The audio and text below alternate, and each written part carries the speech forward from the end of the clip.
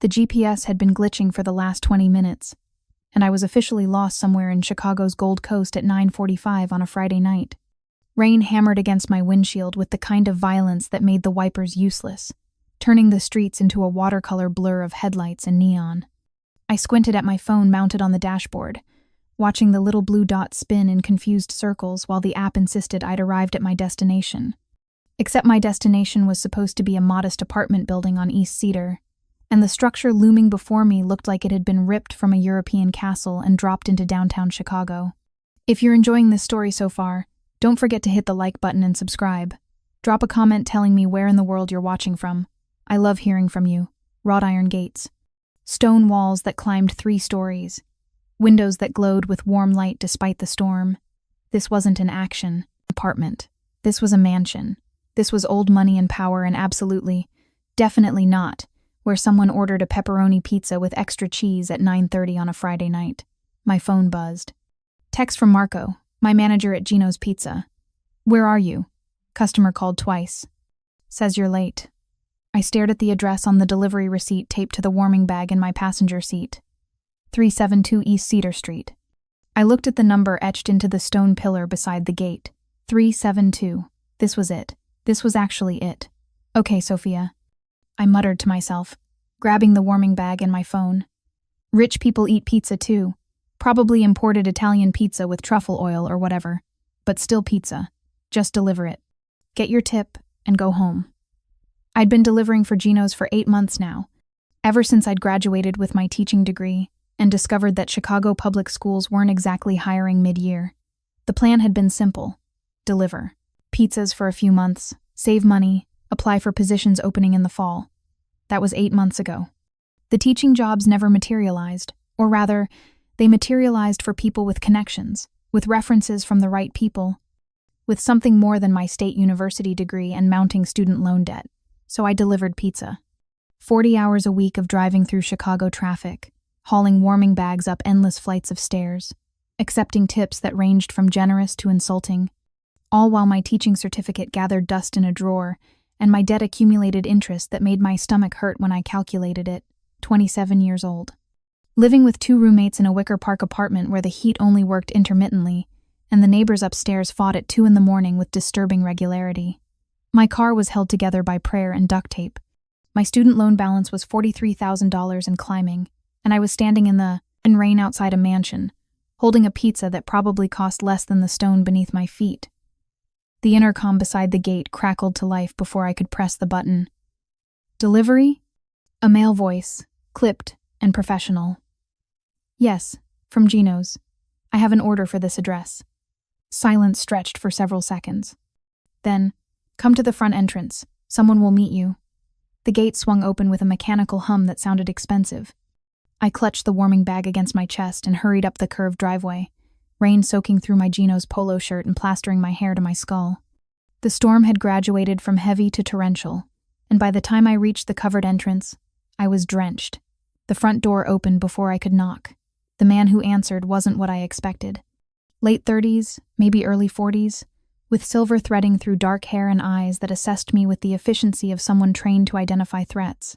He wore a suit that fit too, as well to be off the rack, and there was something about the way he stood, balanced, coiled, ready, that made my instincts prickle with warning. "You're the delivery girl," he said. Not a question. Sofia, from Gino's. I held up the warming bag like a shield. 1 large pepperoni with extra cheese, 1 order of breadsticks, 1 2-liter Coke. He stared at the bag like I'd just presented him with a live grenade. Nobody here ordered pizza. My stomach dropped. What? No, I have the address right here. I fumbled with the receipt, nearly dropping it in my haste. 372 East Cedar, order placed at 9:28. Name on the order is, I squinted at Marco's handwriting. Moretti? The man's expression shifted into something harder, more dangerous. Wait here. He disappeared into the house, leaving me standing in the doorway with rain hammering the awning above my head and water dripping from my clothes onto marble floors that probably cost more than my car. I could hear voices inside, low, urgent, speaking in what sounded like Italian. Then footsteps approaching, multiple sets, and my pulse kicked up because something about this felt wrong. The address was right, but the name, the expensive house, The way that man had reacted, 3 men emerged from the hallway. The silver-haired man from before, another built like a tank with a scar cutting through his left eyebrow, and behind them I stopped breathing. He was maybe 35, with dark hair that curled slightly at his collar and olive skin that suggested Mediterranean heritage. Sharp jawline. Expensive suit, charcoal gray, no tie, the top 2 buttons of his white shirt undone to reveal a gold chain that caught the light. But it was his eyes that made my throat go dry. Dark brown, almost black, and fixed on me with an intensity that felt physical. "You're the pizza delivery." His voice was low, accented faintly, and carried the kind of authority that made people obey without question. "Yes, Sofia, from Gino's." My voice came out steadier than I felt. "I have an order for this address. For Moretti. Nobody in this house ordered pizza." He moved closer, and I had to resist the urge to step back. Not threatening exactly, but overwhelming in the way that predators were overwhelming. Pure presence. "Show me the receipt." I held it out with a hand that wanted to shake but didn't. He took it, studied it for several seconds, then looked at the silver-haired man. "Franco, did you order this?" "No, boss." "Boss." The word settled over me like cold water. This wasn't just a rich household. This was something else entirely. "Check with everyone in the house." "The man Moretti," I assumed, said quietly. "Find out if someone placed this order as a joke or if we have a problem." Franco disappeared back into the house. The scarred man remained, positioned near the door, with the casual alertness of security, and Moretti continued to study me, like I was a puzzle he couldn't quite solve. "What's your name?" he asked. "Sofia. Sofia Reyes." "How long have you been delivering for Gino's?" 8 months. "Ever delivered to this address before?" "No, never." His eyes tracked over me, cataloging details. My soaked clothes, the warming bag I still held, my ancient car visible through the rain in his driveway, probably leaving oil stains on his perfect pavement. "You're freezing. Come inside." I should really... That wasn't a suggestion. Still polite, still controlled, but absolutely non-negotiable. "You're dripping wet, standing in my doorway in October. Come inside while we sort this out." I followed him into a foyer that looked like something from a museum. Marble floors polished to a mirror shine. A chandelier that probably cost more than my student loans. Artwork on the walls that I suspected was original despite having no expertise to confirm it. Everything screamed wealth and power, and a world so far removed from mine that I felt like an alien who'd accidentally landed on the wrong planet. Moretti led me to what appeared to be a sitting room off the main hall. Leather furniture arranged around a fireplace where actual flames burned.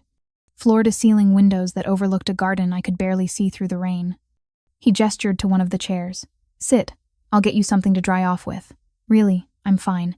"Sit, Sofia." The use of my name made it personal somehow. Less a command, more a request from someone who expected compliance because he always received it. I sat. He left, and I found myself alone in a room that probably cost more to furnish than I'd earn in a decade of delivering pizza. The warmth from the fireplace seeped into my wet clothes, making me aware of how thoroughly soaked I was. Water dripped from my hair onto leather that would definitely stain, and I tried to shift to minimize the damage, but everything was already wet, and here. Moretti reappeared, carrying a thick towel. He handed it to me, then settled into the chair opposite, watching me with that same unsettling intensity. I pressed the towel to my face, dried my hair as best I could, acutely aware of his gaze tracking every movement. When I finally lowered the towel, he was still watching. "Tell me exactly what happened," he said. "From the beginning." So I did, the order coming through at 9:28. Marco assigning it to me because I was closest to the Gold Coast. The GPS glitching. Arriving here. All of it spilled out while he listened without interruption, his expression giving nothing away. "And you're certain this was the address given?" he asked when I finished. "Yes. I can show you the order in our system if Franco appeared in the doorway. If you find this story engaging, please take a moment to subscribe and enable notifications. It helps us continue producing in-depth content like this." Nobody placed the order. Checked with everyone. Security team, housekeeping, kitchen staff. Nobody ordered pizza. Moretti's jaw tightened fractionally. Then someone outside this house placed an order using my address and my name. He looked at me. "Did the person who called give any other information?" Anything unusual about the conversation? I don't know. I just deliver. Marco takes the orders. I pulled out my phone, suddenly cold despite the fire. I can call him. Ask him. Do that. I dialed Marco's number with fingers that had started trembling. He answered on the second ring, annoyed and harried. Sofia, where the hell are you? Customer's been calling. Marco, I'm at the address. They say they didn't order anything. What information did you get when they called? What? Hold on. I heard papers rustling. Order came in at 9:28. Guy called. Said he wanted delivery to 372 East Cedar. Gave the name Moretti. Paid with a card over the phone. That's it. What card? What name on the card? I don't know, Sofia. I just put it through the system. Look, is this going to be a problem? Because we're slammed tonight and I need the name on the card, Marco. This is important. More rustling. Then, John Smith. Card went through fine. No issues. My stomach sank. John Smith. Yeah. So what? Deliver the pizza and get back here. We've got 6 more orders. I hung up. Looked at Moretti. The order was placed by someone named John Smith. Paid with a card. John Smith. Moretti repeated it like a curse. Franco, pull our security footage from the last hour. Check the street, the gate, anyone approaching the property, and contact Gino's directly. I want their phone records for that call. On it. Franco disappeared again. I sat there, pizza warming bag at my feet, towel clutched in my hands, while understanding slowly crystallized. This wasn't a mistake. Someone had deliberately ordered pizza to this address using a fake name. Someone had wanted me here. Am I in danger? The question came out smaller than I intended. Moretti's eyes found mine, and for the first time, I saw something other than cold assessment, something almost like concern. I don't know yet. But until I do, you're not leaving. 20 minutes passed, then 30. Franco returned periodically with updates that meant nothing to me but clearly meant everything to Moretti. Security footage showed no one approaching the property. The phone call to Gino's had come from a burner cell, probably disposable, untraceable. The credit card used was likely stolen or fabricated. Someone had gone through significant effort to get me to this address. I sat in that leather chair, no longer dripping but still damp, while men in expensive suits moved through the house with the practiced efficiency of a military operation. Moretti made phone calls in Italian, his voice never rising but carrying an edge that made my skin prickle with awareness. This was bad. I didn't need to understand the specifics to know that whatever was happening was dangerous, and I'd somehow stumbled into the middle of it. Sofia. Moretti appeared in the doorway. Come with me. He led me deeper into the house, through corridors lined with art I couldn't name, past rooms I barely glimpsed, until we reached what appeared to be his office. Dark wood desk, floor-to-ceiling bookshelves, windows overlooking the rain-soaked garden. He gestured to a chair in front of the desk, and I sat while he remained standing, a deliberate positioning that gave him the height advantage. Do you have enemies? He asked bluntly. What? No. I deliver pizza. Who makes enemies delivering pizza? Ex-boyfriends? Angry customers? Anyone who might want to cause you trouble? I thought about it honestly. My last relationship had ended 2 years ago, amicably, when Jake got a job in Seattle and I stayed in Chicago. No drama. No lingering resentment. As for customers, sure, some were jerks who didn't tip or complained about delivery times, but none who seemed dangerous. No, I said finally. Nobody. Moretti studied me for a long moment, and I had the unsettling feeling he was cataloging everything about me. My cheap clothes, my worn shoes, the exhaustion I couldn't quite hide that came from working 40 hours a week at a job that paid minimum wage, plus tips, while my degree collected dust. Tell me about yourself, he said. What do you do besides deliver pizza? Nothing. That's it. I deliver pizza. You have a college degree. Not a question. I can hear it in the way you speak. What did you study? Heat flooded my face. Education. I'm a certified teacher. Elementary education. And you're delivering pizza because? Because there are no teaching jobs. Or rather, there are jobs, but they all go to people with connections I don't have. References from the right people. Internships at the right schools. The words came out bitter. So I deliver pizza and try not to think about my $43,000 in student loans. Something shifted in his expression. Not pity. Exactly. More like recognition. Debt is its own kind of prison. Yeah, well, I'm serving a life sentence. He almost smiled. Almost. Then Franco appeared in the doorway again, and whatever moment we'd been having evaporated. Boss, we have a problem. Moretti's entire demeanor changed, went from something almost human to something cold and lethal. What kind of problem? Cameras picked up a vehicle circling the block 3 times in the last hour. Different car, same driver. He parked 2 streets over about 20 minutes ago. Hasn't moved since. Albanians? Can't tell from the footage. Could be. Could be Russians testing boundaries again. Could be something else entirely. They were speaking about this like it was normal.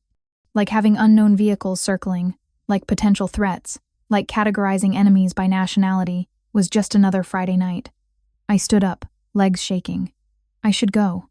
This is clearly something I shouldn't be involved in. Sit down, Sofia. Moretti's voice cut through my panic. You're not going anywhere until we know what this is. You can't. Keep me here. I have rights.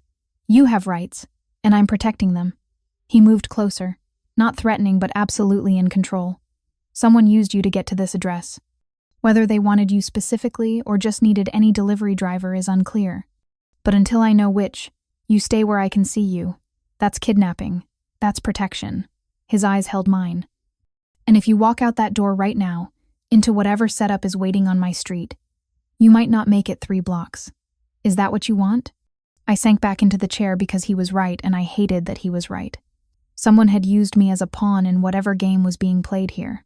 Walking away might mean walking into something worse. Fine, I managed. But my roommates are expecting me home. They'll call the police if I don't show up. Then call them. Tell them you're safe but your car broke down. Tell them whatever you need to so they don't worry. He pulled out his phone, typed something. Quickly. In the meantime, you'll stay here where my people can keep you secure. Franco cleared his throat. Boss, there's something else. What? The car circling? We ran the plates, registered to a shell company. Same company that's been linked to several Albanian operations in the past 6 months. The temperature in the room seemed to drop 10 degrees. Moretti's hands curled into fists at his sides, the first visible sign of emotion I'd seen from him. They sent a girl with pizza to my front door as what? A distraction? A test? Or a message, Franco said quietly. They've been pushing into the Gold Coast for weeks. This could be them showing they can reach your home address. That nowhere is off limits. I listened to them discuss Albanian operations and territory disputes and messages sent through unwitting delivery drivers, and reality crashed over me with brutal clarity. This wasn't just a rich household. This was organized crime. Mafia, maybe, or whatever Chicago's version of the Mafia looked like in the 21st century. And I delivered pizza right into the middle of a territorial war. I need to go home, I said, voice shaking. Right now. I need to leave. Moretti looked at me, and something in his expression softened fractionally. I understand you're scared. But Sofia, if I let you leave now and something happens to you on my street because I didn't protect you properly, I'll never forgive myself. Give me 2 hours. Let me make sure it's safe. Then I'll have someone drive you home personally. 2 hours? 2 hours to determine if you were targeted specifically or if this was random. 2 hours to ensure your apartment hasn't been compromised. 2 hours to make sure you're not walking into danger I brought to your door. He crouched in front of my chair, bringing himself eye level with me. I don't know you. You don't know me. But I give you my word you're safe in this house, and I will make sure you get home safely. Can you trust me for 2 hours? I looked into those dark eyes and saw something unexpected. Not the cold crime boss or the calculating strategist. Just a man asking me to trust him when I had absolutely no reason to. Okay, I whispered. 2 hours. He nodded once, then stood and turned to Franco. Get me everything on Albanian movements in the past week.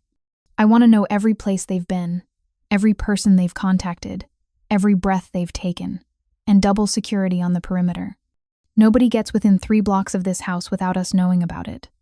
Franco left, and I sat there in Moretti's office, still wearing my damp Geno's polo, still clutching the towel he'd given me, while the clock on his wall ticked toward whatever came next. Through the windows, rain continued to hammer against glass.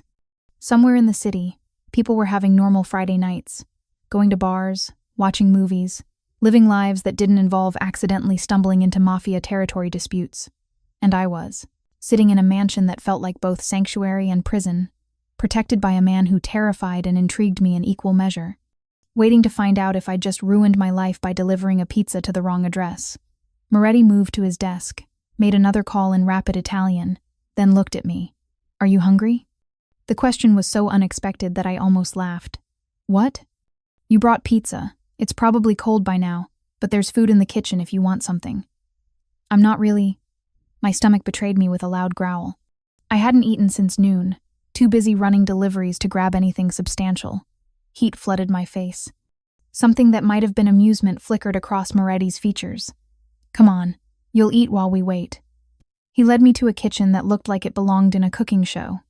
Professional-grade appliances, marble countertops, copper pots hanging from racks that gleamed under pendant lighting, a woman in her 50s with kind eyes, and flour-dusted hands looked up when we entered. "Mr. Moretti," she said, surprise evident. "I didn't know you'd be needing anything." "Maria, this is Sofia. She's going to be staying with us for a bit. Can you make her something to eat?" Maria's eyes tracked over my damp clothes and bedraggled appearance with the practiced assessment of someone who'd seen many strange things in this house. "Of course. Sit, dear. Let me see what I can do." I sat at an island that could have seated 8, and within minutes, Maria placed a bowl of pasta in front of me that smelled like heaven. Garlic, butter, fresh herbs, parmesan. Simple but perfect. "Eat," Moretti said, settling onto a stool beside me. "You'll feel better." I took a bite, and despite everything, the fear, the confusion, the absolute insanity of this situation, it was the best thing I'd tasted in months. Real food, made with care, not the cheap ramen or day-old pizza that constituted most of my meals. Moretti watched me eat with that same quiet intensity. Not creepy exactly, but aware, noticing everything. "How old are you?" he asked after a while. 27. "Parents, family?"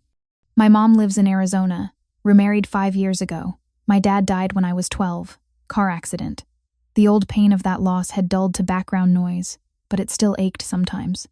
I have a younger brother. He's in the army, stationed in Germany. And you're here alone in Chicago, delivering pizza with a teaching degree you can't use." "That's the summary, yes." He was quiet for a moment then. "I'm 36. Took over this organization when my father had a heart attack 8 years ago. Never wanted it, never asked for it, but it became mine anyway, along with the responsibility for 200 families who depend on us for work, protection, stability." The admission surprised me. I'd expected deflection, maybe silence, certainly not this glimpse into his world. "You could have walked away," I said. "Could have, didn't, because walking away would have left those families vulnerable to people who'd consume them without conscience. At least this way, I can try to run things with some sense of honor." He stood, collected my empty bowl, finished eating. "I need to check on something." He left me in the kitchen with Maria, who bustled around cleaning despite the late hour. I should have been terrified. Should have been calculating escape routes and demanding to call the police. Instead, I felt strangely calm, like I'd stumbled through a door into a different world, and some part of me recognized it as exactly where I was supposed to be, which was insane. Absolutely insane. I was about to deliver pizza to the wrong address, nothing more. As soon as Moretti confirmed it was safe, I'd go home, tell this story to my roommates over cheap wine, and probably spend the rest of my life wondering what if. But sitting there in that kitchen, surrounded by warmth and the lingering smell of garlic and butter, some deep instinct whispered that nothing would ever be quite the same again. Franco appeared in the doorway. "Boss needs you. Office. Now." His expression told me something had changed. Something significant. I followed him back through the corridors to Moretti's office, where multiple laptops now covered the desk, all displaying security footage and what looked like tracking data. Moretti stood with his phone to his ear, speaking in clipped Italian, but he gestured for me to sit when he saw me. When he ended the call, his expression was grim. "We have a problem." My stomach dropped. What kind of problem? The car that was circling? It followed another delivery driver. Different restaurant, different address 3 blocks from here. Same pattern pizza ordered with a fake name and stolen card to a residence in my territory. So this wasn't about me specifically? No. He moved around the desk, leaned against it so we were closer to eye level. This was about testing our response time and security presence. They used delivery drivers as unwitting scouts, seeing how we'd react, where our weaknesses were. You were just unlucky enough to get the address closest to my home. Relief and residual fear warred in my chest. So I can go home? Not yet. He glanced at Franco. The other driver was grabbed 2 blocks from the delivery address, taken by 3 men in the vehicle we've been tracking. They're Albanian, and they're sending a message. Horror washed over me. Are they? We're handling it. My people are already moving to intercept. Moretti's voice was steady, controlled, but I heard the rage underneath. But Sofia, until we have that situation resolved, until we know for certain this was random and not targeted, you stay here where I know you're safe. For how long? As long as it takes. I stood up, panic overriding common sense. You can't just keep me here indefinitely. I have a job, bills, a life. A life that's currently under threat because someone used you to test my defenses. He straightened, and suddenly I was very aware of how much bigger he was, how much power he commanded with a word. I understand this is frightening. I understand you want to go home. But if I let you leave now, and something happens to you because I was too concerned with your comfort to ensure your safety, I'll have failed the most basic obligation I have, protecting the innocent people in my territory. I'm not your responsibility. You became my responsibility the moment you rang that bell. We stared at each other, the air between us crackling with tension. His dark eyes held mine, unflinching, absolute in his conviction. And despite everything, despite the insanity of this situation, I found myself nodding. Okay, I whispered. But please, at least let me call my roommates. Let me tell them I'm safe so they don't worry. Of course. He pulled out his phone, handed it to me. Use this. Your personal phone might be compromised. I took the device, expensive and foreign, in my hand, and dialed Jessica's number. She answered on the first ring. Sofia? Where are you? It's almost midnight. I'm fine, Jess. My car broke down on a delivery. I'm waiting for a tow. It might be a few hours. Do you need us to come get you? No. The customer's letting me wait inside. I'm safe, warm, dry. Just didn't want you to worry. A pause. Then, you sure you're okay? You sound weird. I glanced at Moretti, who watched me with that quiet intensity. I'm fine. Just tired. I'll text you updates, okay? Okay. But Sofia? If anything feels wrong, if you need help. I know. I'll call. I promise. I hung up and handed the phone back. Thank you. You're a good liar. Not accusation, just observation. Kept your voice steady. Gave believable details. Most people would have panicked. I've had practice lying about why I'm broke or why I can't afford things. You get good at making excuses that don't sound desperate. Something flickered in his expression. Understanding, maybe. Or recognition. Come on. I'll show you where you'll sleep tonight. Tonight? You think this will take all night? Sofia. He turned to face me fully. These things don't resolve in hours. They take time, investigation, careful movement. You'll stay here tonight, and tomorrow we'll reassess based on what we've learned. He led me upstairs to a guest room that was larger than my entire bedroom at home. King bed with linens that probably cost more than my rent. Attached bathroom with marble counters and a shower that looked like it belonged in a spa. Windows overlooking the garden, rain still streaking the glass. There are clothes in the closet, Moretti said from the doorway. Previous guest left them. Should fit well enough. Bathroom has everything you need. My room is down the hall if you need anything. Why are you being so kind to me? The question escaped before I could stop it. I'm nobody. Just a delivery driver who showed up at the wrong time. He studied me for a long moment, and something passed across his face. Something I couldn't quite read but felt in my chest like a weight. Because you remind me that there are still innocent people in this world, he said quietly. People who work hard and honor their debts and don't deserve to get caught in crossfire that has nothing to do with them. And because, he paused, seemed to reconsider his words. Because when I saw you standing in my doorway, soaked through and scared but still trying to do your job with dignity, something in me decided you were worth protecting, even if you don't understand why yet. Then he was gone, closing the door softly behind him, leaving me alone in a room that cost more per night than I earned in a week. I sank onto the bed, still wearing my damp Geno's polo, and stared at my reflection in the window. A 27-year-old woman with a useless degree and crushing debt, who'd accidentally delivered pizza to a Mafia boss and somehow ended up under his protection. This was insane. Completely, utterly insane. But as I lay back against pillows softer than clouds, in a house that felt like both prison and sanctuary, I couldn't shake the feeling that delivering to the wrong address might have been the first right thing to happen to me in years. Outside, rain hammered against windows. Somewhere in the city, men with guns were resolving whatever situation had begun with a fake pizza order, and I was safe, warm, protected by someone whose name commanded fear and respect in equal measure. I should have been terrified. Instead, exhausted beyond reason, I felt something dangerously close to relief. I woke to sunlight streaming through unfamiliar windows and the disorienting realization that I wasn't in my cramped Wicker Park bedroom. The bed beneath me was too soft, the sheets too expensive, the silence too complete. Then, memory crashed back. The pizza delivery, the mansion, Moretti. I sat up, taking in the guest room in daylight.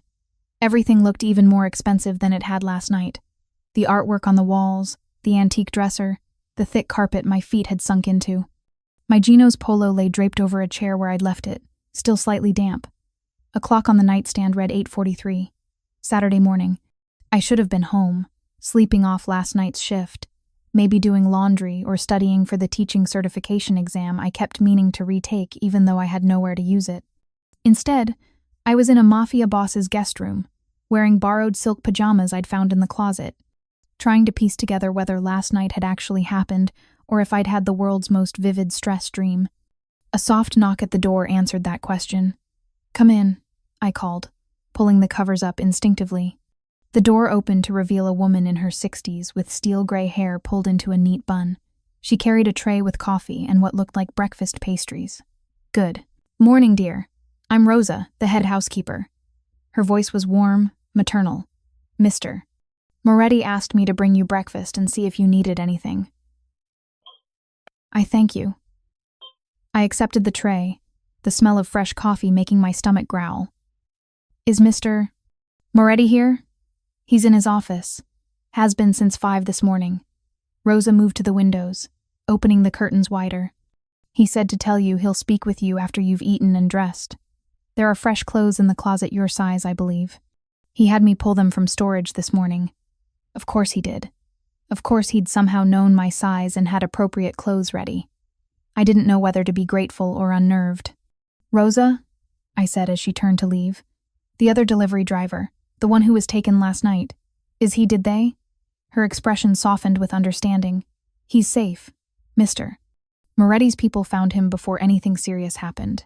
He's at home with his family now, shaken but unharmed."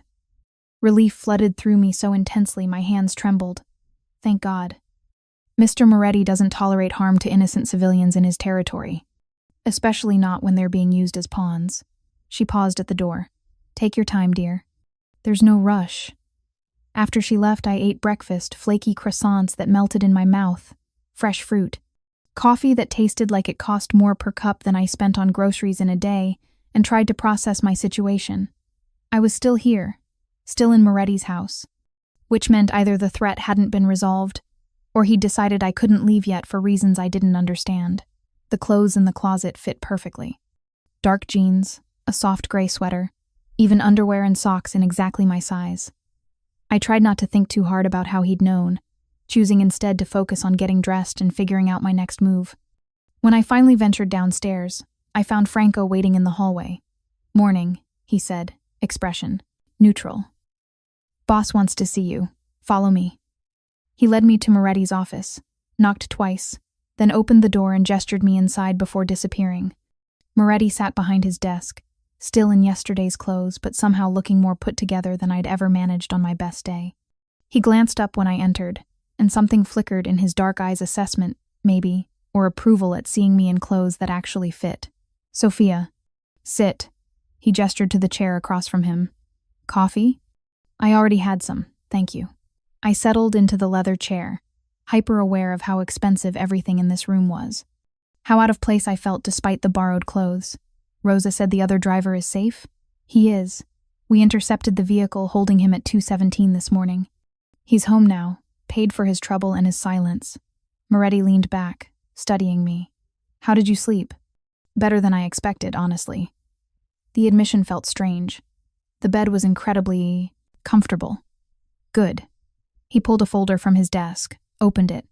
We've spent the night investigating last night's incident. What we've learned is both reassuring and concerning. My stomach tightened. Concerning how? The Albanian operation that orchestrated those fake deliveries was testing multiple territories across the city. Ours was just one of several. They were mapping response times, security presence, potential weaknesses. He slid a photograph across the desk. This is Darren Cole. He's a mid-level enforcer for the Albanian crew. We have reason to believe he personally selected the addresses used last night. I looked at the photo. A man in his 30s with hard eyes and a scar across his jaw. He looked exactly like someone who'd orchestrate using innocent people as pawns. We also found this. Moretti placed another photo on the desk. This one showed my car, my ancient, barely functioning Honda parked on a street I didn't recognize. They photographed your vehicle, at some point during or after the delivery. Ran your plates. Now they have your name, address, employment information, everything. Horror washed over me. Why would they? Insurance. In case we retaliated for their test, they wanted leverage. Ways to prove they could reach people connected to what happened. His voice was calm, controlled, but I heard the anger underneath. Which means, Sofia, you're now a known quantity in a territorial dispute you had nothing to do with. So what does that mean for me? My voice came out smaller than I intended. Can I go home? Do I need to move? Change my name and flee to Canada? He almost smiled at that last part. Almost. It means I can't let you go back to your normal life until this situation is resolved and I'm certain you're not a target. For how long? A week. Maybe 2. However long it takes to make it clear to the Albanians that civilians are off limits, and anyone who goes near you will face consequences that make last night look merciful. I sat there, processing. A week. Possibly 2. Staying in this mansion, under Moretti's protection, my entire life on hold because I delivered a pizza to the wrong address. I have a job, I said finally. Bills. Rent due in 2 weeks. I can't just disappear for however long this takes. Your job will be handled.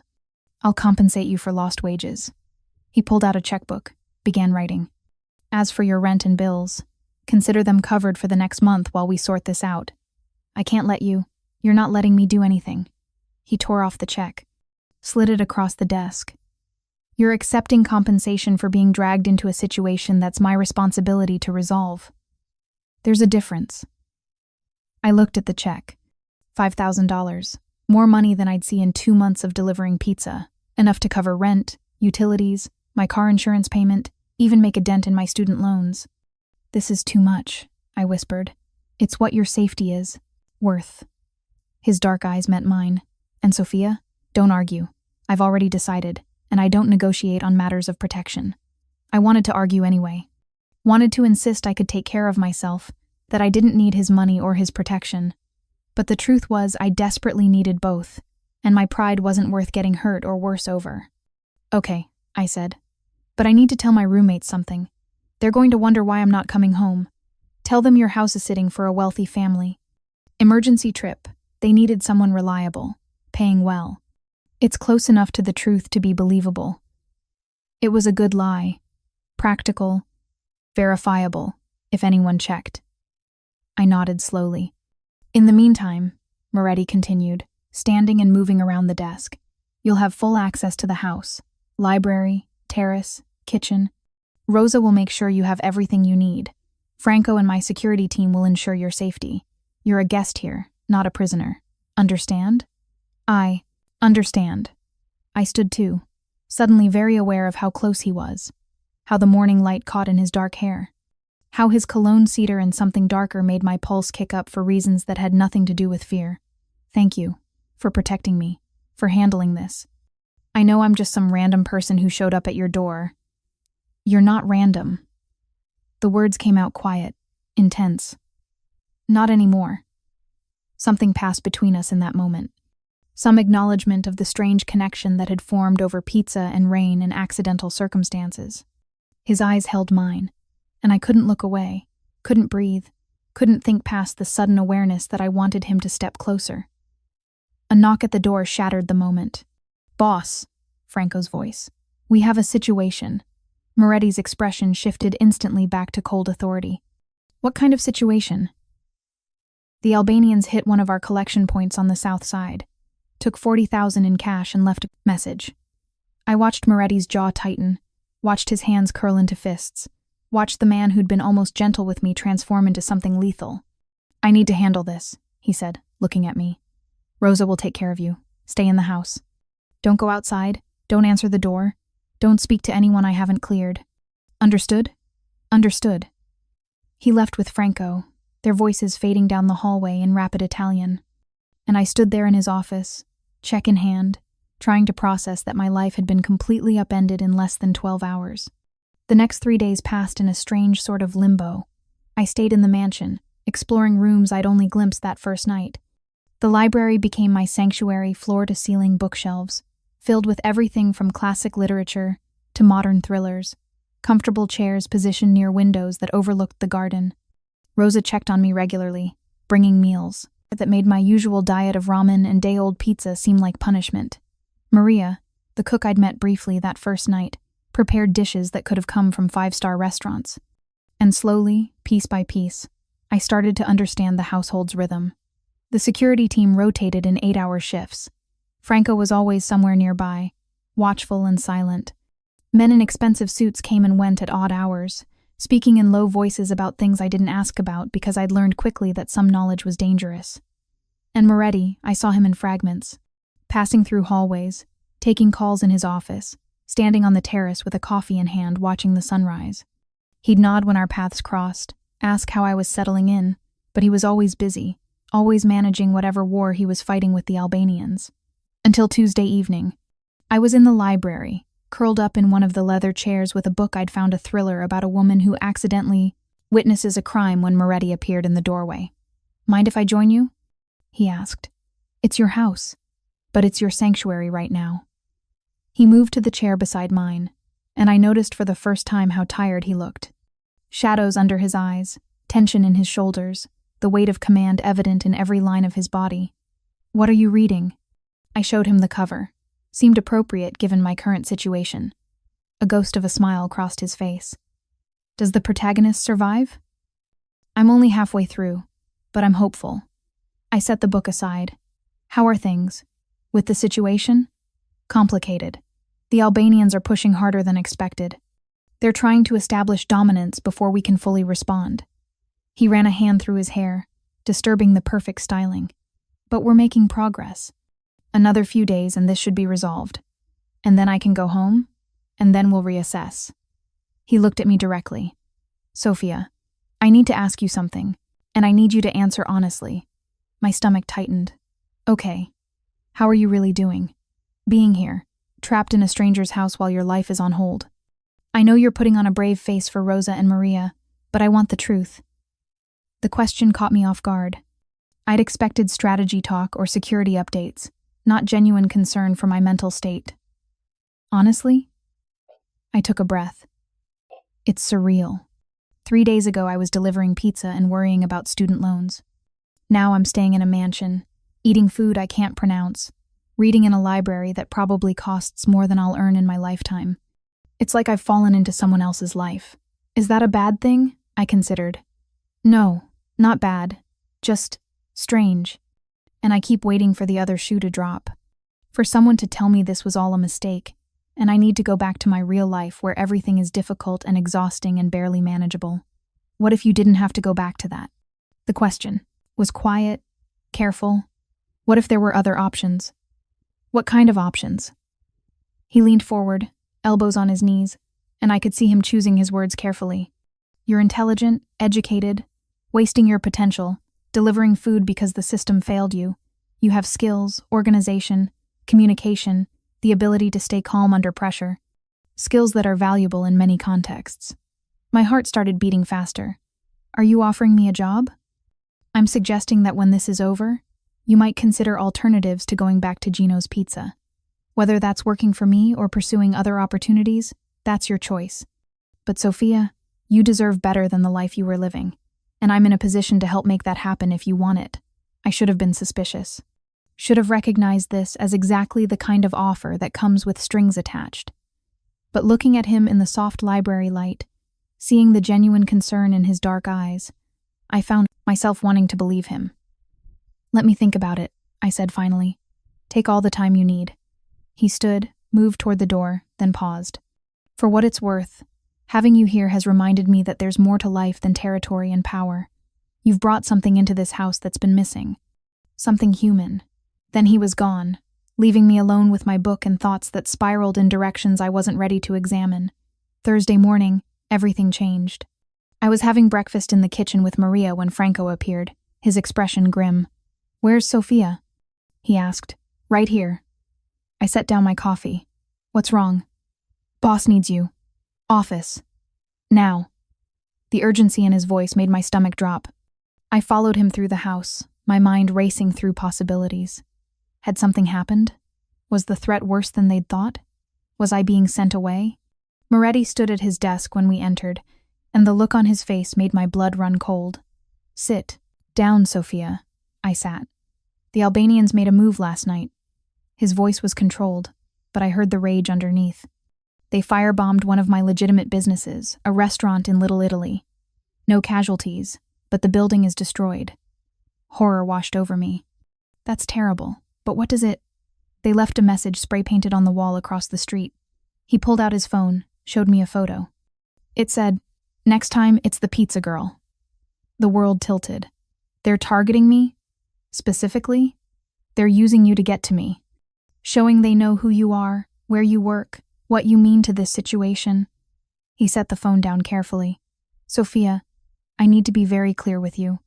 This is no longer about waiting for things to calm down. They've made you a specific target, which means keeping you safe just became significantly more complicated."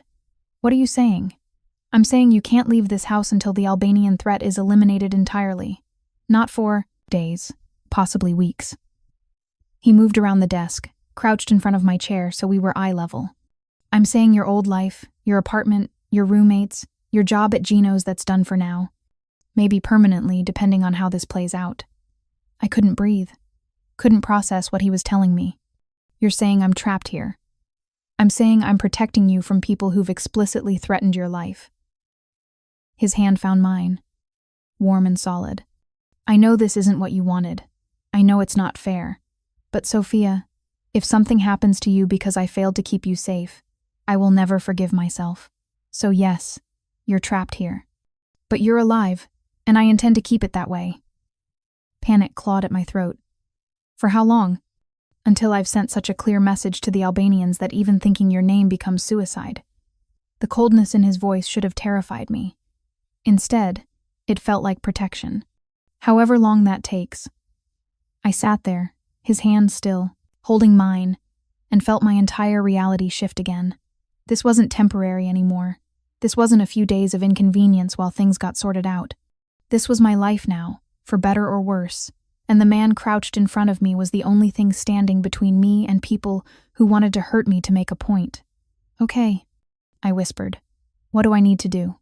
Trust me. Let me protect you. And try not to hate me for the decisions I'm going to have to make to keep you safe." "I don't hate you. You might before this is over."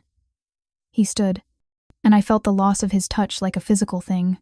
"Franco will increase security around the house. You're not to go outside, even into the garden. Windows stay covered at night.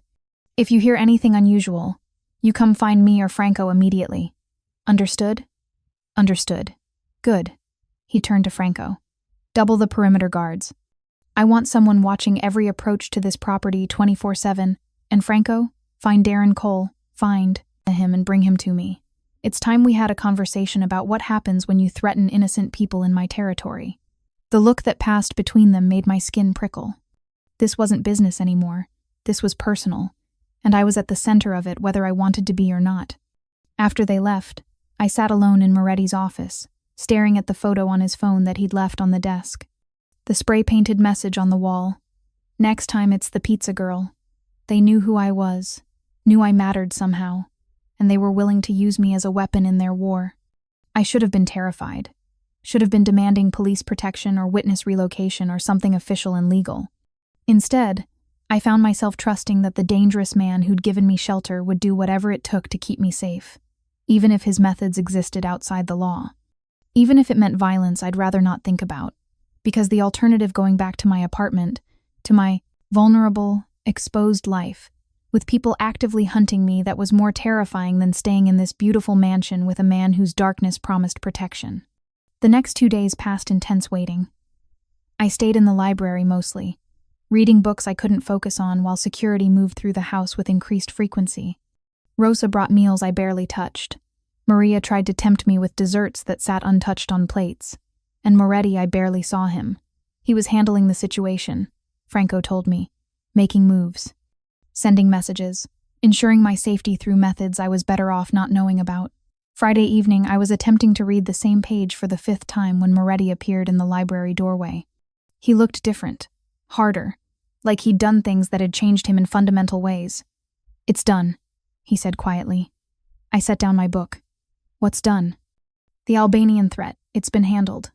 He moved into the room, and I noticed his knuckles were bruised, split in places. Darren Cole and his associates won't be threatening anyone ever again. I didn't ask what that meant. Didn't want to know the specifics. "So I can go home?" "Not yet. We need to let things settle, make sure there's no retaliation from the Albanian leadership. Another few days." He sat in the chair beside mine, suddenly looking exhausted. "I'm sorry, Sofia. I know this isn't the life you chose. You saved me." The words came out before I could think them through. "That first night, when you could have sent me away, when you could have decided I wasn't your problem, you protected me. Not many people would have done that. I couldn't let anything happen to you. Why?" I turned to face him fully. "Why do you care so much about some random pizza delivery girl who stumbled into your world?" He was quiet for a long moment, and something passed across his face. Vulnerability, maybe, or recognition of something he'd been avoiding. "Because," he said finally, "when you rang that bell, soaking wet and trying so hard to be professional despite being terrified, something in me decided you were worth protecting. And the more I learned about you, your determination, your integrity, the way you work so hard to honor debts that should have been forgiven years ago, the more I realized you represent everything I'm supposed to protect in this world. The innocent, the people just trying to survive. And Sofia, watching you these past days, seeing how you've handled this impossible situation with grace and strength, I've realized something." "What?" "That I don't want you to leave. Not in a few days, not when this is resolved. I want you to stay." My heart hammered against my ribs. "Stay how?" "Here. In this house. Not as a prisoner or someone under protection, but as—" He paused, seemed to struggle with the words. "As someone who belongs here. With me." I should have laughed. Should have pointed out how insane that was, that we'd known each other barely a week, that our entire relationship was built on danger and forced proximity, that nothing about this made sense. Instead, I found myself nodding. "I don't want to leave either." His eyes widened fractionally. "You mean that?" "I mean that my life before this, working myself to exhaustion for minimum wage, drowning in debt I couldn't escape, living in an apartment where I could barely afford heat that wasn't living. That was surviving, and these past days, trapped as I've been, I've felt more alive than I have in years. So yes, I mean it. I want to stay. If you'll have me." He reached for my hand, laced his fingers through mine. "I'll have you. For as long as you'll stay." We sat there in the library, hands linked, while outside the window's darkness fell over Chicago. Somewhere in the city, the Albanian threat had been neutralized through means I'd never fully know. And here, in this impossible sanctuary, I'd found something I'd stopped believing existed: safety, connection, the possibility of a future that didn't involve crushing debt and exhausting work with no hope of anything better. "What happens now?" I asked quietly. "Now," Moretti said, "we figure out what this is, what we are. And we build something real from the insane circumstances that brought us together." That sounds complicated. Everything worth having is complicated. He brought my hand to his lips, kissed my knuckles with surprising gentleness. "But Sofia, if you're willing to try, I promise I'll spend every day proving you made the right choice." I looked at this man who'd protected me without question, who'd seen something in me worth saving, who'd offered me a life I'd never dared imagine. And I made a choice that was probably reckless, definitely impulsive, but felt more right than anything I'd done in years. I'm willing to try. His smile was small but genuine, transforming his face from dangerous to devastatingly handsome. Then, welcome home, Sofia. 3 weeks. That's how long it took for the reality of my choice to settle into something resembling normal. I moved into the mansion permanently, not the guest room anymore, but a suite on the second floor that Rosa helped me decorate with things that felt like mine. Books from the library I'd grown attached to, soft blankets Maria insisted I needed, a desk positioned by the windows where I could watch the garden and pretend I was living some kind of fairy tale instead of a complicated reality I still didn't fully understand. My roommates had been surprisingly understanding when I called to explain. Jessica was skeptical until I sent her photos of the mansion carefully cropped to avoid anything too identifying, and then she'd simply said, "Girl, if a rich family wants to pay you to house it indefinitely, milk it for everything it's worth." I'd packed up my things from the Wicker Park apartment one afternoon with Franco and 2 security guards watching the 2 street. Everything I owned fit into 4 boxes. 4 boxes to represent 27 years of life. It should have been depressing. Instead, it felt like liberation.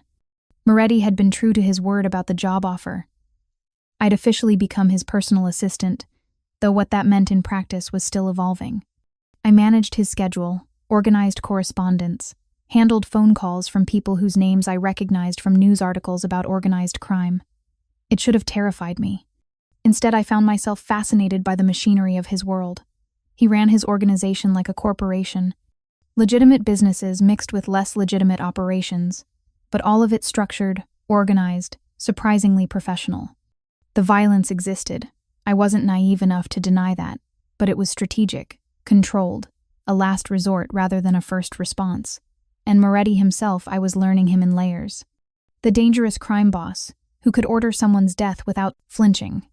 The thoughtful man who'd noticed I took my coffee with too much sugar and always ensured Maria prepared it exactly right.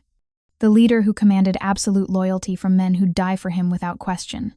The person who'd sit with me in the library after long days, exhausted and vulnerable, asking about my life before all this, like my small stories mattered. We hadn't kissed yet, hadn't crossed that particular line despite the tension that crackled between us whenever we were alone. He was giving me space to adjust, I thought. Making sure I chose him without the pressure of physical intimacy complicating things. But God, I wanted to. Wanted it with an intensity that surprised me every time he walked into a room. "You're staring at him again," Franco said, pulling me from my thoughts. We were in Moretti's office. He was on a call with someone about a real estate deal, speaking rapid Italian with his back to us, and I'd apparently been caught watching him, with all the subtlety of a lovesick teenager. "I wasn't staring," I said, defensive. "You were absolutely staring." Franco's expression held something that might have been amusement. "And he stares at you the same way when you're not looking. It's nauseating, honestly. It's not like that. Sofia, I've known him for 12 years. I've never seen him like this with anyone. Not this careful, not this attentive, not this obviously gone." He glanced at Moretti, then back to me. "Just be sure about what you're getting into. Because once you cross certain lines with him, there's no going back to casual. He doesn't do casual, ever." Before I could respond, Moretti ended his call and turned to us. "Franco, I need you to check on the shipment coming through the port tonight. Make sure our customs contact is in place." "On it." Franco left, and suddenly I was alone with Moretti in his office, the air between us charged with everything we hadn't said. "Come here," he said quietly. I crossed to stand beside his desk, hyper-aware of how close we were, how his cologne cedar and something darker made my pulse quicken, how his dark eyes tracked over my face like he was memorizing every detail. "How are you settling in?" he asked. "Good, really good, actually." I gestured vaguely toward the door. "The suite is perfect. Rosa's been amazing helping me organize everything.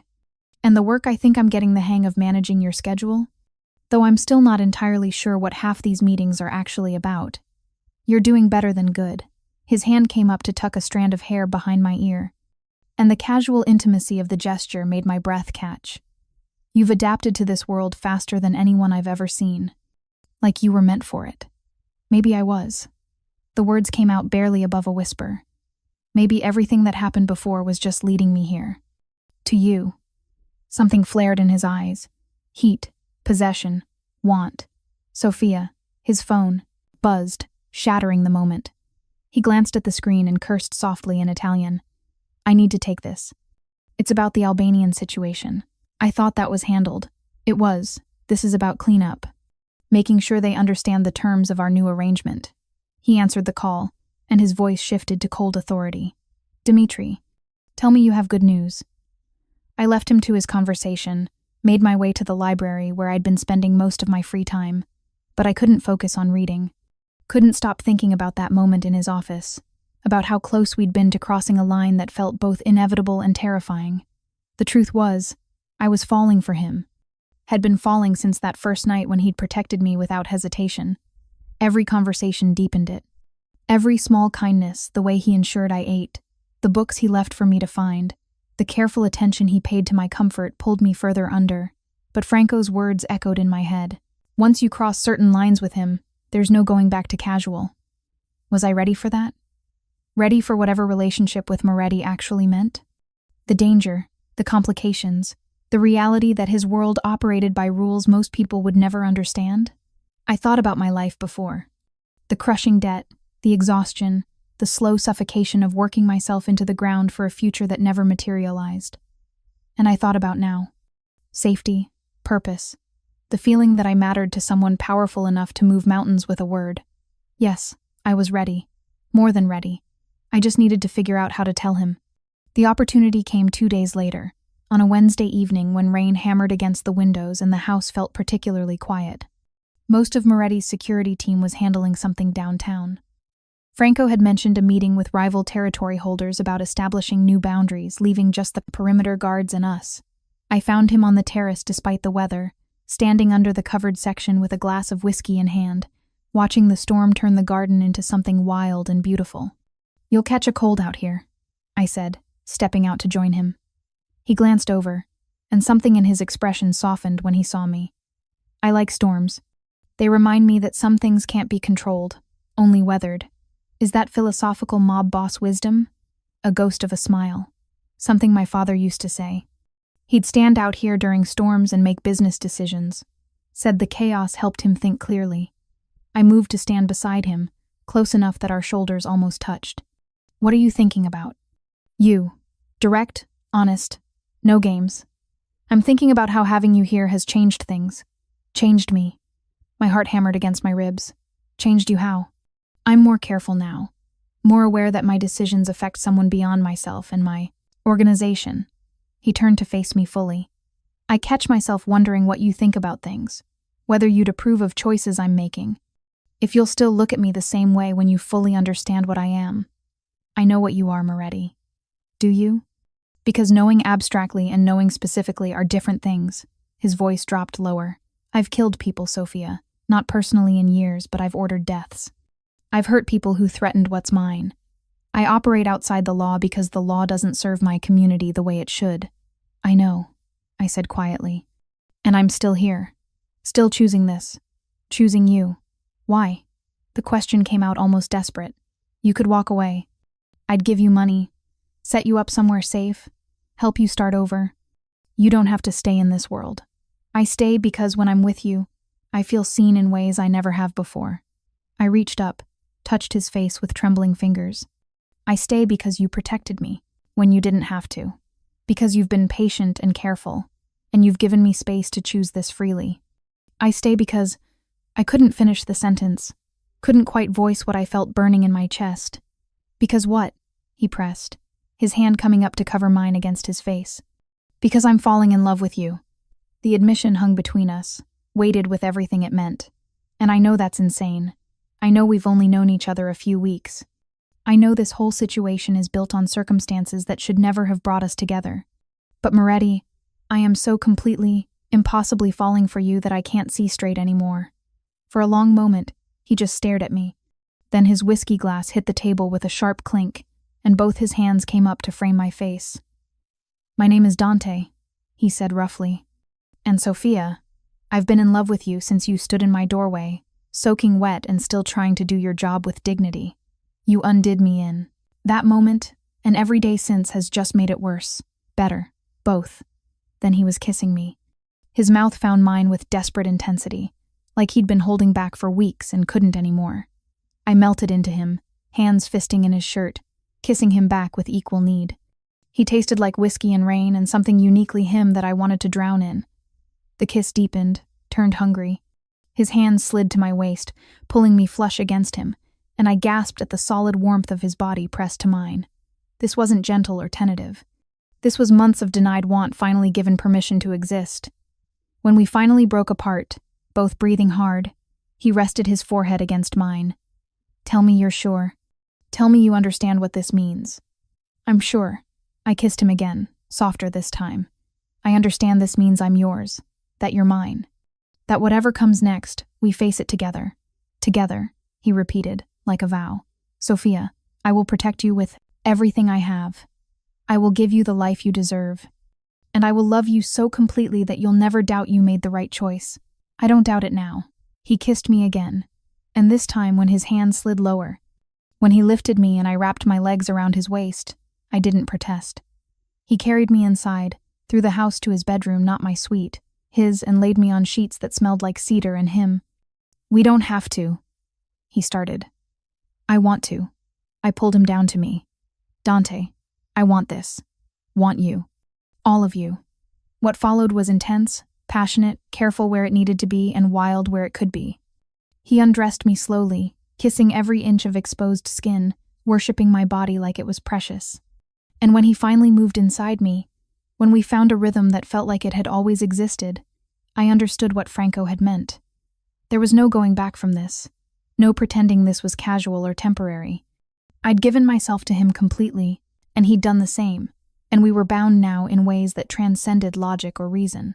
Afterward, wrapped in his arms with my head on his chest, listening to his heartbeat slow, I felt something I hadn't experienced in years. Complete, safe, home.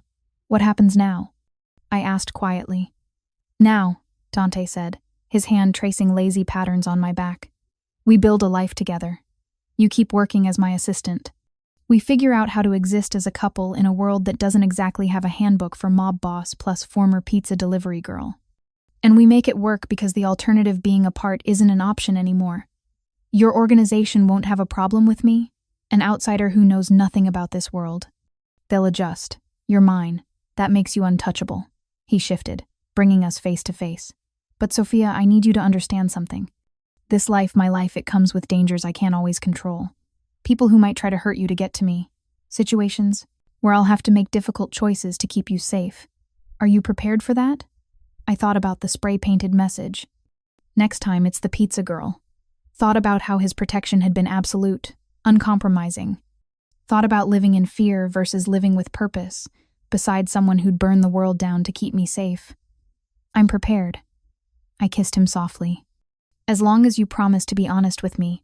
No hiding things for my own good. No making decisions about my safety without including me. We do this as partners or not at all." His eyes darkened with something that might have been approval. "Partners. I can work with that."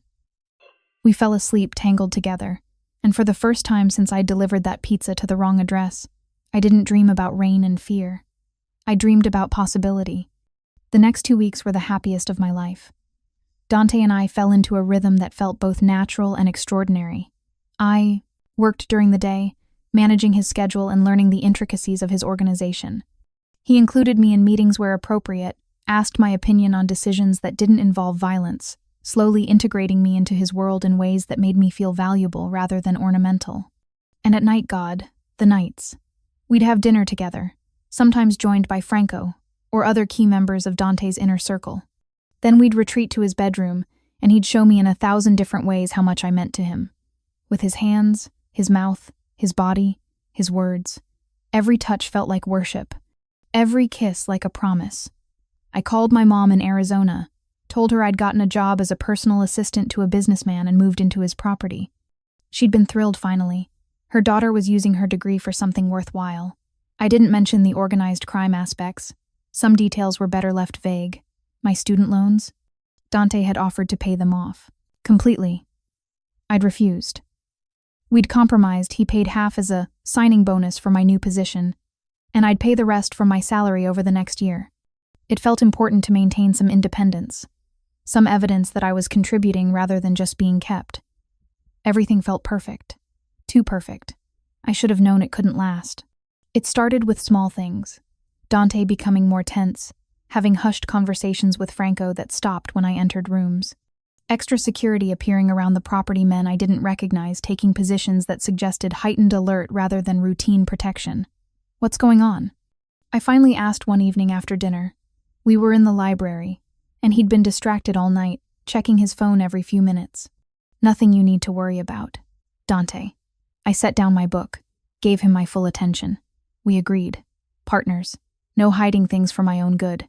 He sighed, ran a hand through his hair. There's been some movement from the Russians. They're testing boundaries on the north side, trying to expand into territory that's traditionally been neutral ground. It's creating tension with several families, including mine. Is it dangerous? Potentially, but it's being handled. How? He hesitated, and I saw him weighing how much to tell me. Finally, there's going to be a meeting, all the major players. We're going to establish new boundaries, make it clear what's acceptable and what isn't.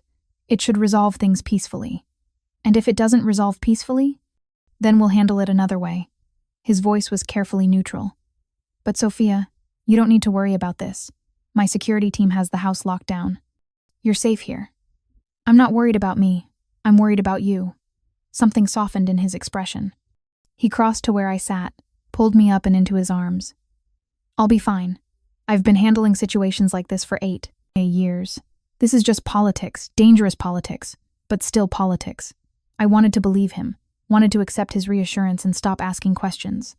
But some instinct whispered that this was bigger than he was letting on. When is this meeting? Friday night, 2 days from now. He kissed my forehead. I'll be gone for a few hours. You'll stay here with security. By Saturday morning, this will all be resolved. Promise me you'll be careful. Always. He tilted my face up, kissed me deeply. I have too much to come home to now to be reckless.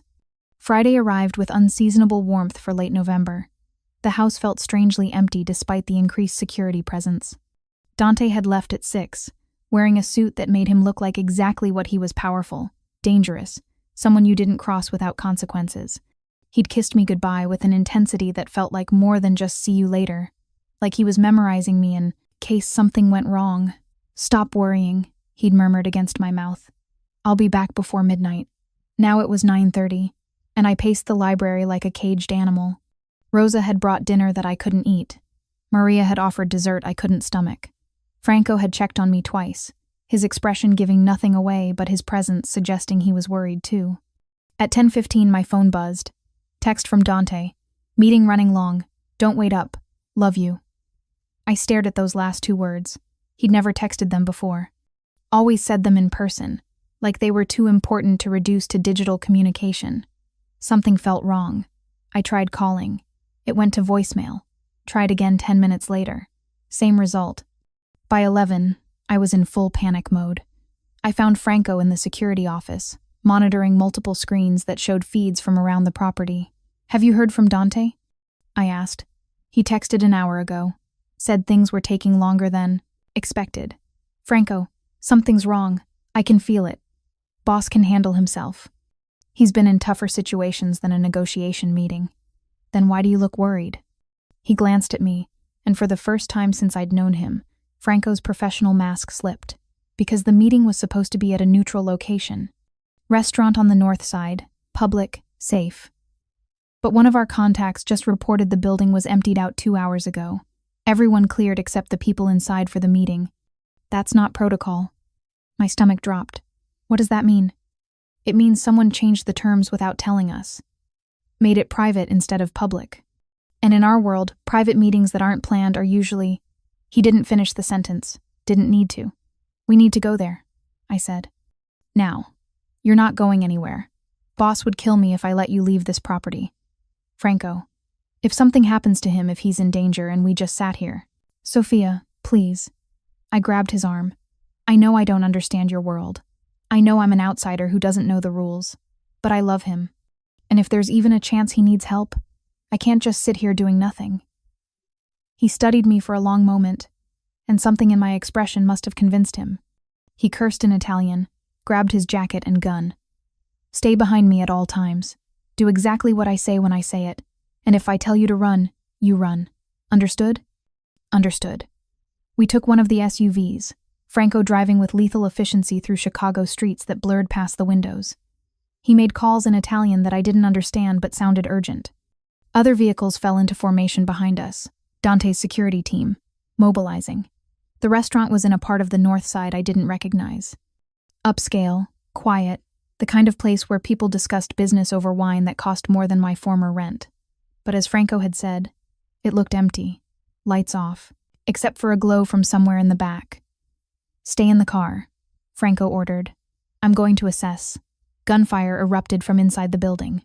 Rapid, multiple weapons, the sound making me flinch even from inside the vehicle. Franco cursed, spoke into his radio in rapid Italian, and suddenly the men from the vehicles behind us were moving, weapons drawn, surrounding the building with practiced efficiency. "I said stay in the car," Franco shouted at me as he exited, but I couldn't sit there while Dante might be inside, hurt or worse. I followed Franco, staying low, using cars for cover the way I'd seen in movies, and praying it actually worked. More gunfire, then silence so complete it felt loud. Franco and his team breached the entrance, and I slipped in behind them before anyone could stop me. The restaurant's interior was chaos, overturned tables, shattered glass, the metallic smell of blood and gunpowder hanging in the air. Bodies, several of them, men in expensive suits who'd probably been laughing and negotiating an hour ago, now sprawled across hardwood floors in positions that looked wrong, unnatural. And there, in the center of the room, Dante. He was alive, thank God. He was alive but bleeding from a wound in his left shoulder, his suit jacket torn, his face showing bruises that were already swelling. He held a gun in his right hand, trained on a man I didn't recognize who knelt with his hands behind his head. "Boss," Franco rushed forward. "Medical is 2 minutes out, I'm fine." Dante's voice was rough but steady. "Shoulder wound through and through. Hurts like hell but nothing vital."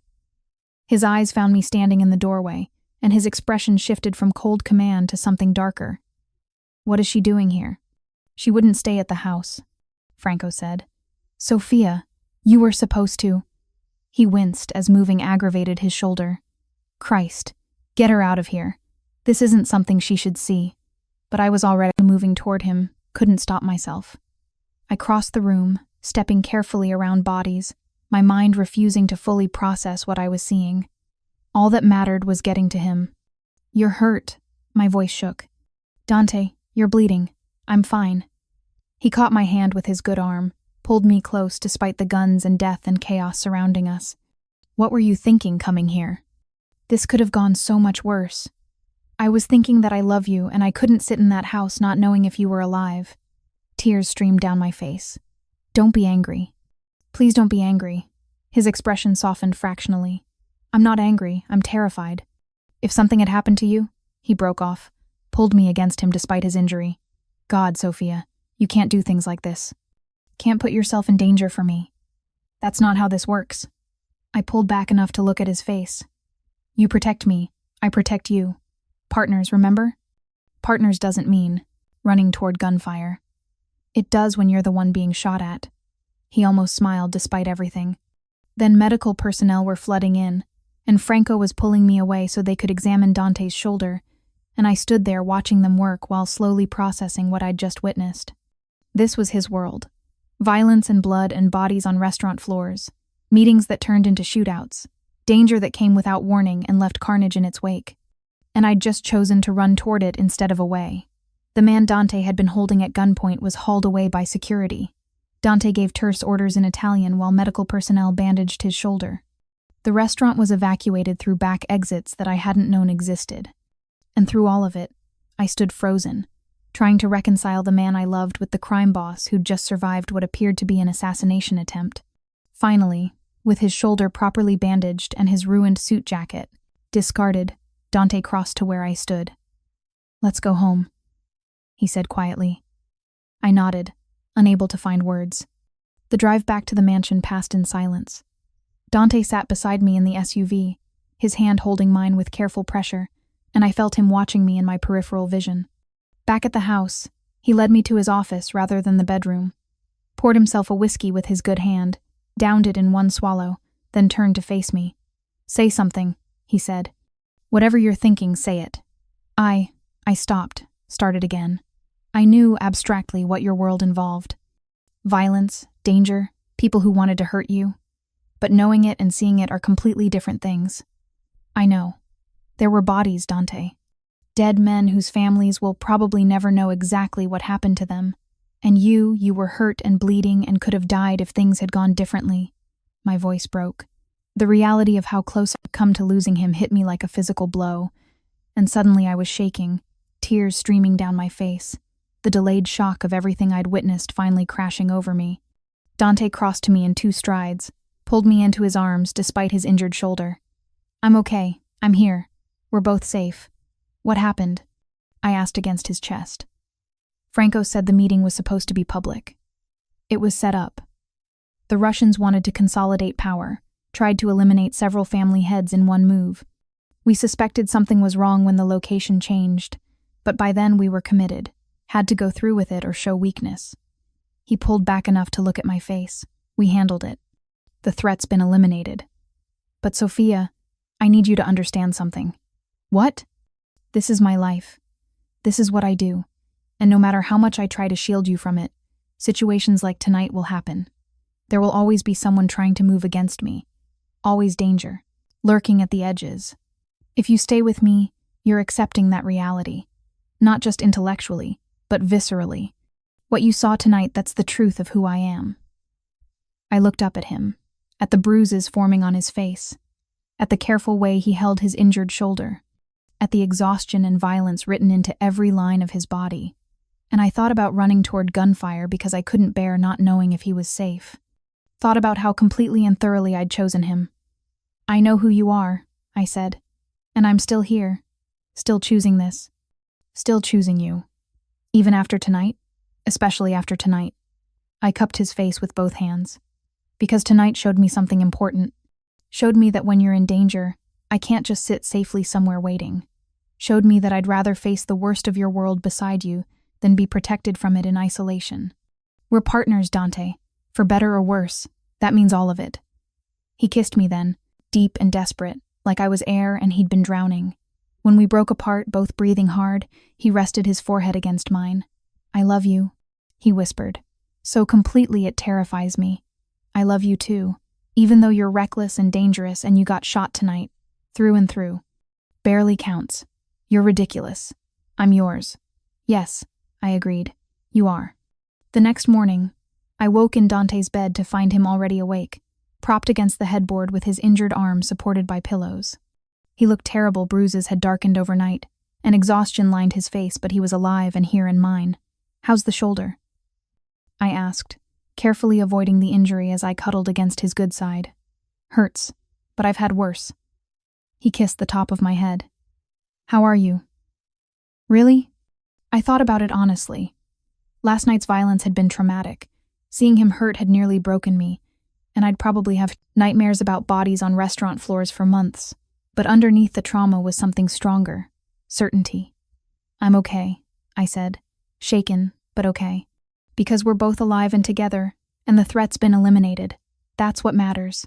Sofia, I need to tell you something. About last night." His voice was careful. "The man I had at gunpoint when you arrived. His name was Viktor Kuznetsov. He was the one who orchestrated the setup. The one who wanted me and several other family heads dead. What happened to him? He's being held in a secure location while we decide what to do with him." I understood what that meant. Dante was asking, in his own way, if I could accept what would likely happen to Victor.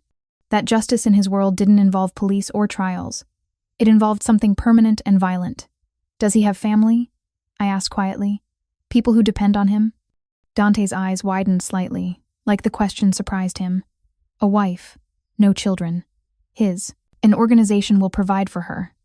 Then, I took a breath. "Then do what needs to be done. What keeps you safe and prevents this from happening again.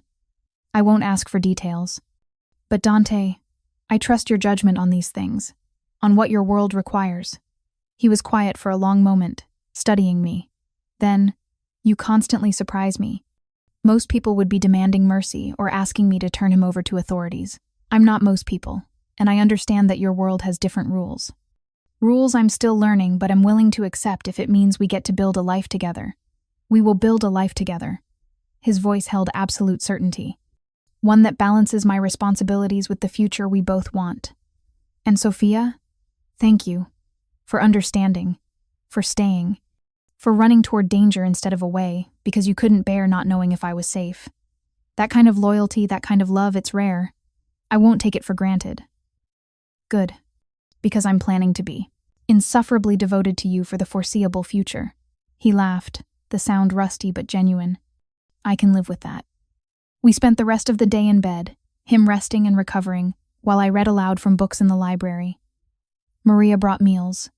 Rosa checked on us with the concern of someone who'd known Dante since he was young and clearly approved of his choice in partners.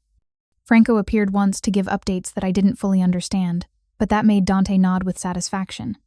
By evening, lying together in the fading light with Chicago spread out below his windows, I realized something fundamental had shifted. I'd seen the worst of his world and stayed.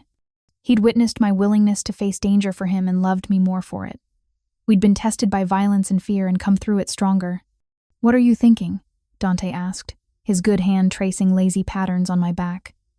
That I delivered pizza to the wrong address and accidentally found exactly where I was, supposed to be. With a wounded mob boss in a mansion you could never afford. With the man I love. Everything else is just details. He tilted my face up, kissed me softly. Then let me give you one more detail. I want you to move into my room permanently, not the suite here, with me. Wake up beside me every morning and fall asleep in my arms every night. Will you do that? Yes. No hesitation, no doubt. Yes, I'll move in with you. Good. His smile was small but genuine. Because I'm done pretending there's any separation between us. You're mine, Sofia. Completely and permanently mine. And I'm yours in exactly the same way. Outside, the city glittered in the November darkness. Somewhere out there, Viktor Kuznetsov faced whatever consequences Dante had decided. Somewhere, the machinery of organized crime continued its careful ballet of power and violence. And here, in this room, a former pizza delivery girl and a mafia boss built something impossible and beautiful for circumstances that should never have brought them together. I'd stumbled into this world by accident. A wrong address, a fake order, a storm that had changed everything. But lying in Dante's arms, feeling his heartbeat steady and strong beneath my palm, I knew with absolute certainty that I'd found exactly where I belonged. And I would never, ever regret delivering that pizza. Thank you so much for watching until the end. If you loved this story, check out the other videos on your screen now. I think you'll really enjoy them. And don't forget to subscribe if you haven't already. See you in the next store.